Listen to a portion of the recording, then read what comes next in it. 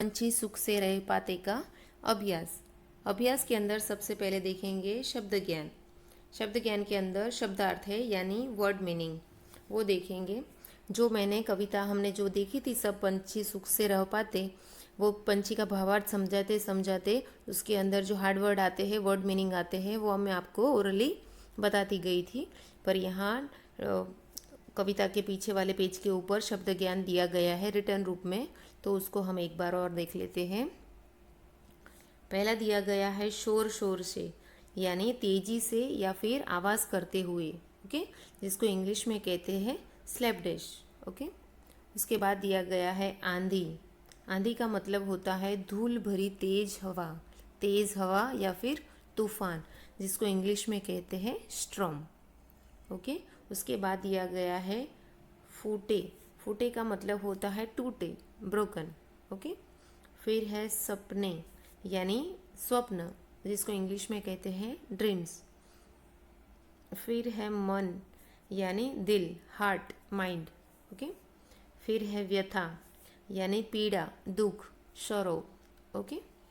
खिड़की यानी झरोखा, जिसको इंग्लिश में कहते हैं विंडो।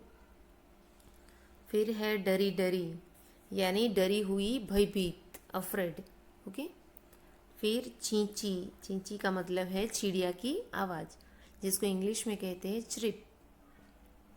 फिर आंसू यानी दुख में आंखों से निकलता हुआ पानी, जिसको इंग्लिश में कहा जाता है टीयर्स।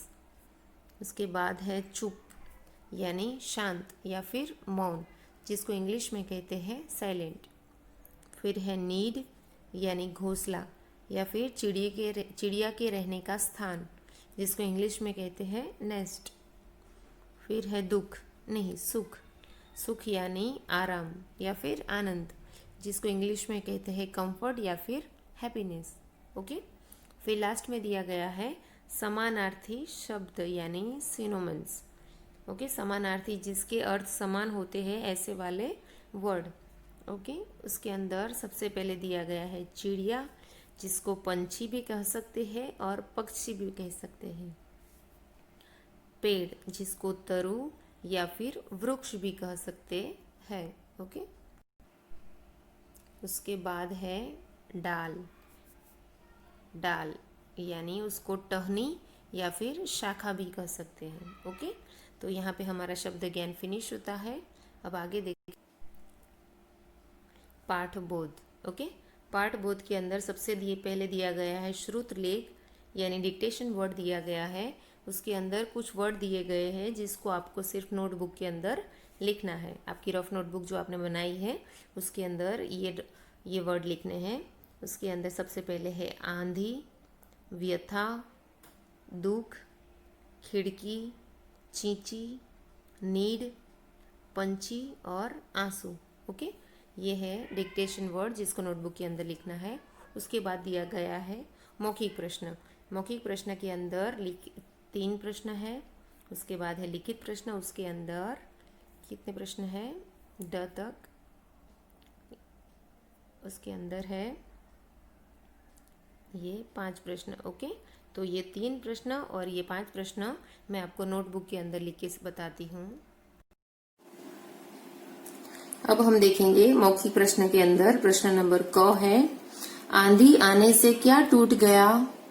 आंधी आने से क्या टूट गया था? यस, डालें टूट गई थी। तो उत्तर में आएगा आंधी आने से डालें टूट गई, ओके। फिर है ख के अंदर है बच्ची किसे बुला रही थी? बच्ची खिड़की के ऊपर बैठ के किसी को बुला रही थी ना, तो उत्तर आएगा बच्ची चिड़िया को बुला रही थी। किसको बुला रही थी? चिड़िया को बुला रही थी। उसके बाद चिड़िया दुख को कैसे सहती है? तो उत्तर आएगा चिड़िया दुख को चुप रहकर सहती है। कैसे सहती है? चुप रहकर, ओके। तो यहाँ पे मौखिक प्रश्न खत्म होते हैं। अभी लिखित प्रश्न देखेंगे। लिखित प्रश्न के अंदर प्रश्न नंबर क है, चिड़िया का घर कहाँ बना हुआ है? चिड़िया का घर कहाँ बना हुआ था? यस, पेड़ के ऊपर, ओके। तो उत्तर आएगा चिड़िया का घर पेड़ पर बना हुआ है।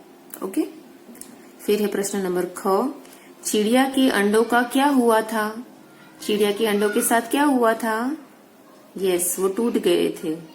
तो उत्तर में आएगा चिड़िया के अंडे टूट गए। क्या हुआ था? टूट गए। इसके बाद प्रश्न नंबर ग। चिड़िया की क्या व्यथा थी? यानी उसका क्या दुख था, उसकी क्या प्रॉब्लम्स थी? तो उत्तर आएगा चिड़िया की व्यथा यह थी कि डाली टूटने से उसका घोंसला उजड़ गया था। क्या हुआ था? उसने डाली के ऊपर अपना घोंसला बनाया था, वो आंधी आने की वजह से डाली टूट गई। उसकी वजह से उसका घोंसला क्या हुआ था? उजड़ गया था, यानी तहस नहस हो गया था। और अंडे भी टूट गए थे। घोंसला टूटने की वजह से उसके अंदर रखे हुए अंडे भी क्या हो गए थे? टूट गए थे। अभी प्रश्न नंबर घ। नन्ही बच्ची चिड़िया के बारे में क्या सोचकर दुखी है? वो खिड़की पे ये सोच रही है ना, कुछ सोच रही है और सोचकर दुखी हो रही थी। तो क्या सोचकर दुखी हो रही थी? तो उत्तर आएगा नन्ही बच्ची चिड़िया का घोंसला उजड़ने और अंडे टूटने से दुखी थी। वो क्यों दुखी थी? एक तो चिड़िया का घोंसला उजड़ गया था, उससे दुखी थी, और दूसरा उसके अंडे क्या थे? टूट गए थे, इससे वो दुखी थी। प्रश्न नंबर ड। बच्ची ने मन ही मन क्या सोचा? नन्ही बच्ची ने फिर ये सब देखा और दुखी हो गई, फिर उसने क्या सोचा? उत्तर में आएगा बच्ची ने मन ही मन सोचा कि काश पेड़ घर में उग पाते तो आंधी से चिड़िया का घोंसला न उजड़ता। क्या सोच रही है? कि अगर ये पेड़ घर में उग पाते तो क्या होता? चिड़िया का घोंसला उजड़ता नहीं। ओके, तो यहाँ पे लिखित और मौखिक प्रश्न समाप्त होते हैं।